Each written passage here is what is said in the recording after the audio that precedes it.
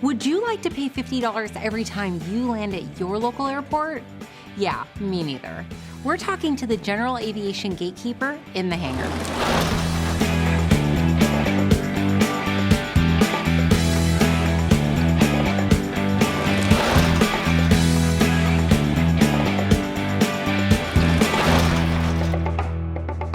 Welcome to In the Hangar. I'm Christy Wong. And I'm Dan Milliken. We are sponsored by Colton Mortgage, a residential and refi mortgage company that will actually answer your questions and help you out. And also by Flying Eyes. They now make ophthalmics, that's regular glasses, and they can come with really cool snap-on shades. Yeah, so like I said before, they even make you look cool. Yeah, well, it has to happen.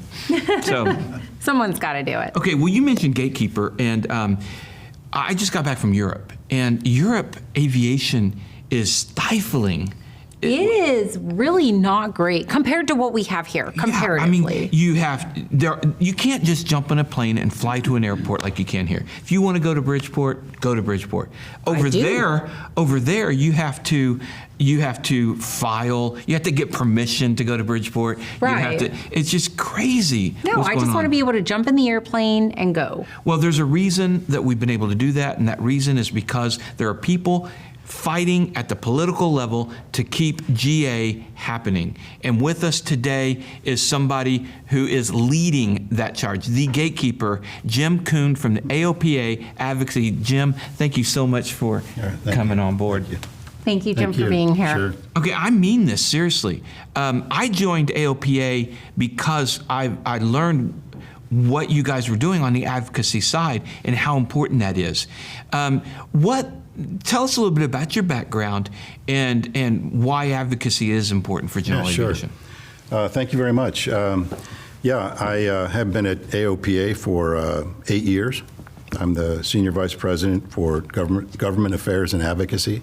Prior to that, I spent 25 years on Capitol Hill and worked on the House of Representatives Transportation and Infrastructure Committee. So you were in the belly of the beast. I was in the beast. I was right in the belly. The belly of the beast in the swamp. Yeah, exactly. No kidding. Yeah, so I did that for 25 years. I worked on the aviation subcommittee for many years, and then ultimately was the chief of staff for the committee.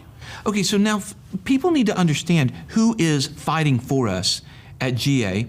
And I heard you were like awarded or mentioned as like the leading advocacy. Tell us about that award. Well, AOPA has been recognized as a top advocacy organization. Right. And, there are thousands and thousands of advocacy organizations and associations that represent their particular interest. So we've been, for 8 years in a row now, have been a top 100 advocacy organization in the United States. Okay, but I'm not talking about AOPA, I'm talking about Jim Kuhn. Well, it takes a team, and it does, and yes, I received recognition from an organization. What is that recognition? Well, I'm going to have to drag this out of you. Yeah, I'm a top lobbyist, apparently.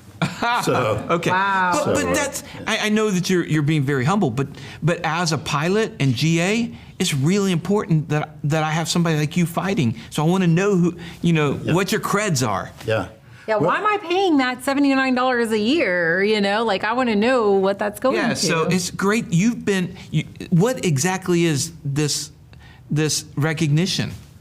It's an organization called the National Institute of Lobbying and Ethics, and it recognized the 100 top lobbyists in the country, across the country.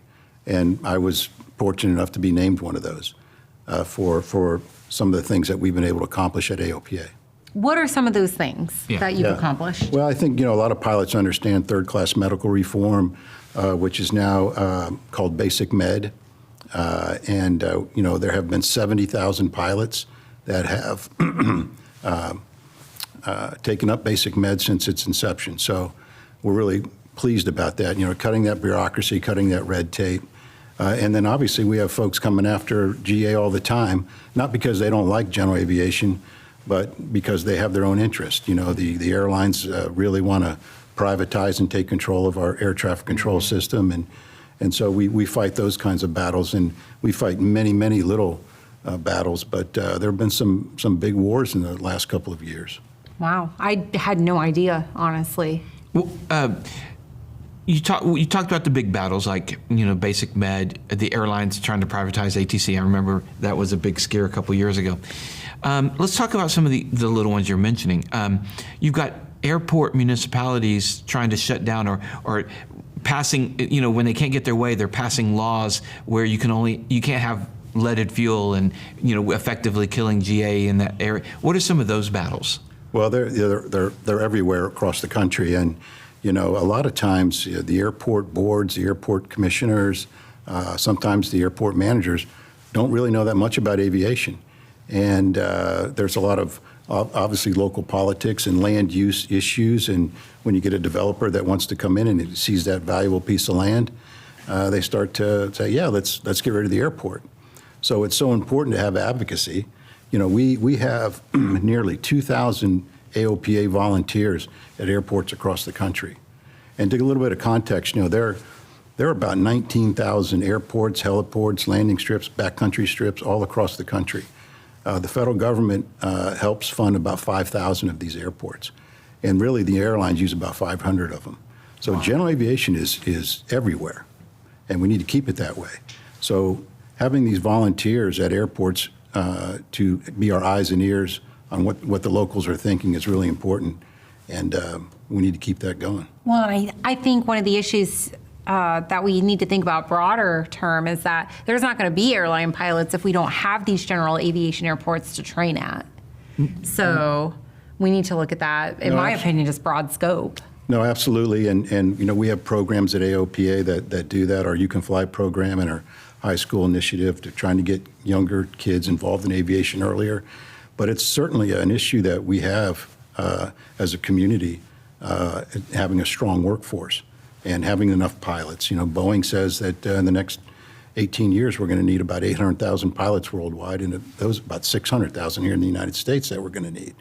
So it's important that we have not only pilots, but mechanics and A&Ps and all across the board. So we're working on those types of things in Washington and in state legislatures as well. Okay. What is maybe one of the big things that you guys are working toward that perhaps the general aviation population doesn't realize that you guys are working on? Yeah. Well, right now the issue is removing lead from avgas, and I think people need to understand, and pilots need to understand how crucial that is, that we do a smart and safe transition to an unleaded fuel. We all want lead out of fuel, no doubt about it.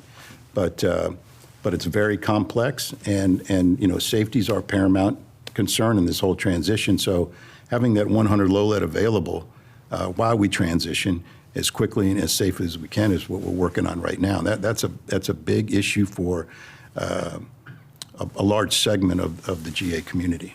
Wow. All right, you're in the belly of the beast, out there in Washington, D.C.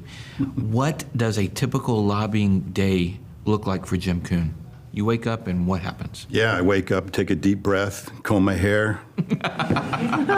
And a typical day, it really varies from day to day. And a lot of times I'll get up and go to breakfast with members of Congress or staff or other aviation lobbyists, and we kind of, discuss issues and what's the best way to approach something, or we make the ask, and we're actually advocating and really trying to educate members of Congress as much as we can. There are 535 members of Congress. I would say probably about 30 of them are pilots, and probably half of those are active.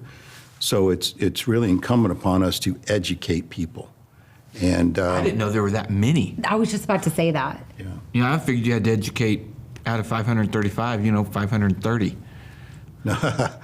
No, we have to, educate quite a few. So it's a challenge.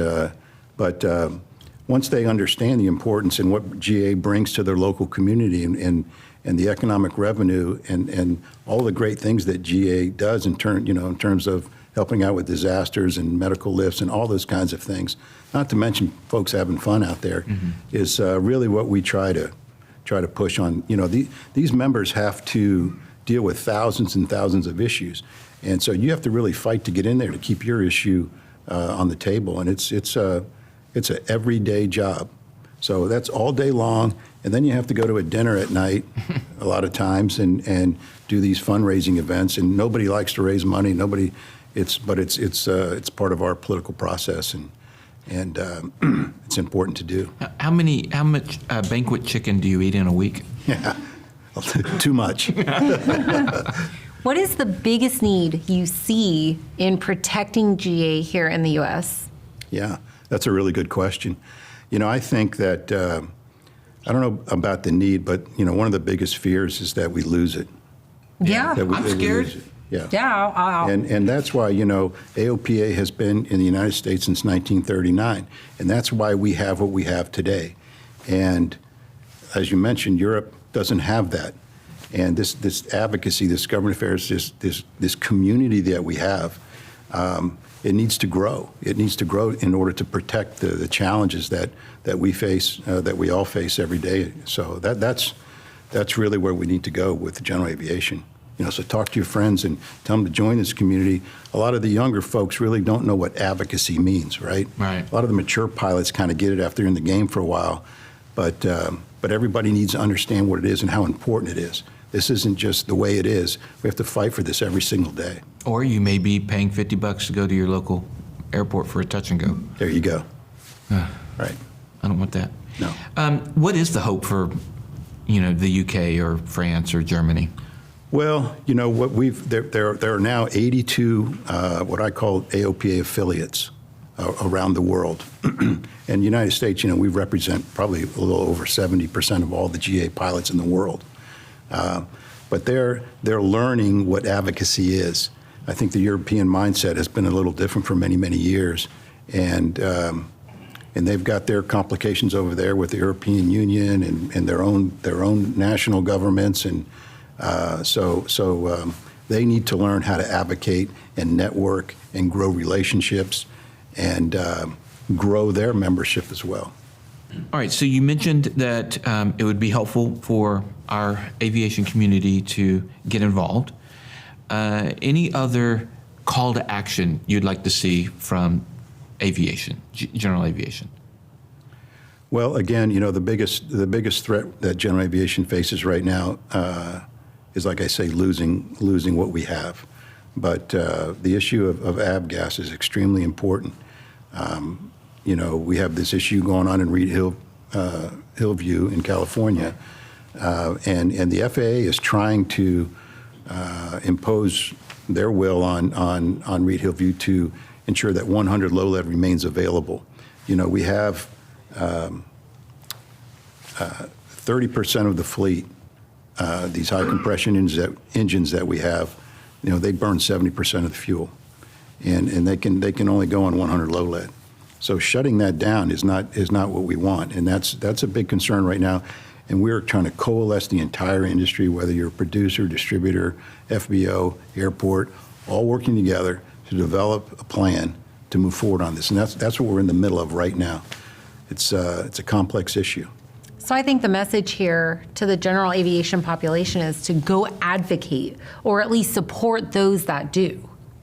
Yes. Support, programs like AOPA's advocacy program, strength in numbers. That's what we need. That's exactly right. That's exactly right. And we're fortunate enough to have AOPA members in every district, every congressional district in the country. Oh, wow.